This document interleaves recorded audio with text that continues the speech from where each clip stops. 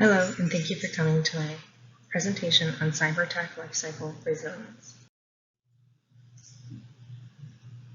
A lifecycle can start with the methodology that you use. Primarily, we're going to focus on the cyber kill chain methodology. In cyber kill chain, there are 8 steps. The first one is reconnaissance. At this step, the attacker is collecting data and learns about the target so that they can use their routines and tactics during the attack.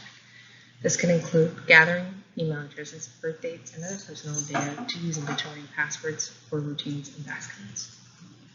Users can help prevent reconnaissance by changing routines and tasks frequently and not making it easy to track targets.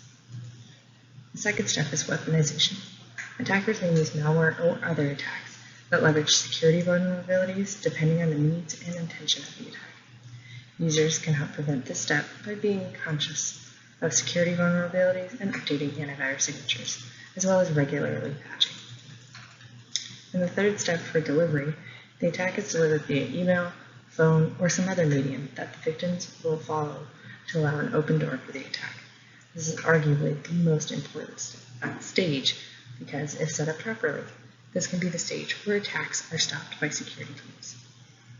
Users can help prevent this step by being mindful of links they click on and undergoing regular security user trainings. The fourth step is exploitation. Malicious code or virus is now delivered into the system, breaching the infrastructure perimeter and allowing the attacker access whenever they desire.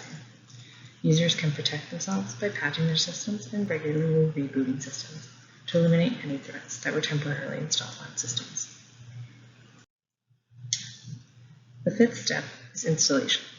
The attack or backdoor is installed on the victim system so they can access and control at their discretion. Users can prevent this step by regularly scanning their systems for suspicious activity and malicious software. In the command and control step, or the CNC, the attacker will be able to gain control over the victim systems through privileged accounts, brute force attacks, or search for credentials, just to name a few. You can protect against the CNC by encrypting credentials, appropriately protecting account information, and installing appropriate firewalls and heuristics. The seventh step is actions on objective. The attacker is actually extracting data from the system, which can include gathering, encrypting, and extracting confidential information from the victim's environment. Users can help prevent extraction by implementing email scanners and endpoint security to prevent unauthorized extraction. The final step is perimeter security. At this point, the attacker uses the vulnerabilities in physical or edge security to carry the data and information to their home base. Surpassing the perimeter is the final victory, where the attacker then feels they own and have taken down the victim.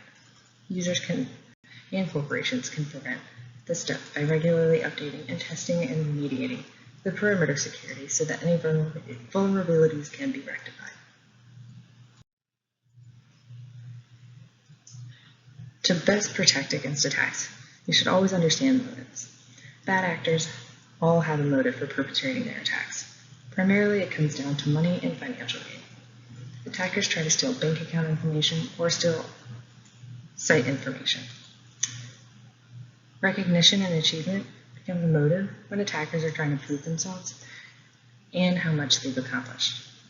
Insider threats are bad actors when they're fired, become bitter for some invalid reason, or abuse their access to current systems for their own personal gain. They're trying to gain a certain level of power of information so they can achieve their level of importance that they seek. One of my most favorite and interesting motives is hacktivism. Actors that feel they're doing the world some good by exposing companies or organizations because they have somehow wronged the world or public interest.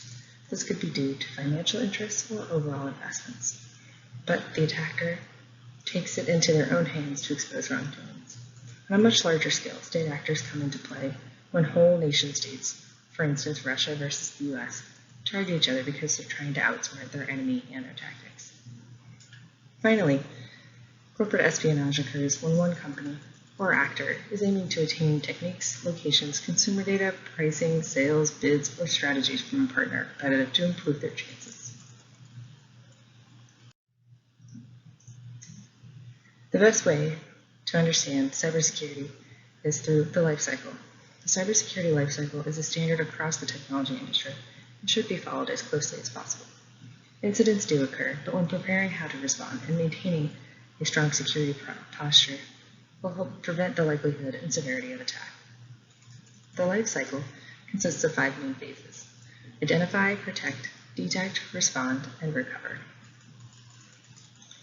By identifying assets, you can understand how many and which assets you're responsible for and properly refresh devices within every 5 years. Once you know what assets you have, you can protect them by maintaining, patching, and updating antivirus signatures. These updates and patches will help detect any suspicious activity, which will allow the organization to respond efficiently and understand what's going on. Recovery is probably the most important step, because if done poorly, it will enable another attack to occur. Recovery includes mitigating security vulnerabilities found during risk analysis, enforcing stronger passwords, updating access control lists, or ACLs, or anything that allowed a gateway for the bad actor onto the internal network. Similar to the life cycle is the cybersecurity framework. It was established on a federal scale to identify and enforce frameworks as to how each agency and organization should set up their security posture. The framework was established by the National Institute of Standards and Technology, or NIST, and regularly provides updates that relate to current or ongoing security vulnerabilities so everyone can continue to learn how to protect against growing attack claims. There are many different cybersecurity methodologies, but the 2 main ones relevant to business initiatives are the diamond model and the cyber kill chain model, as mentioned before. While these 2 approaches handle each step slightly differently, they do achieve the same goal of trying to identify an attacker and understand their motives.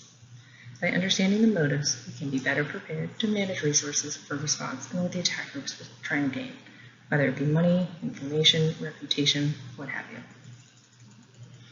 Along with the cybersecurity life cycles and framework, the methodology recommended for business initiatives should focus on the mission of the business.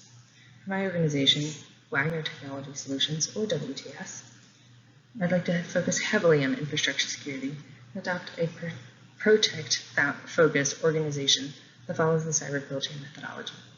In doing so, Wagner Technology Solutions will be focused on protecting emerging technologies from new threats and emphasize training to better understand how to protect ours and our customer assets. Thank you for your time.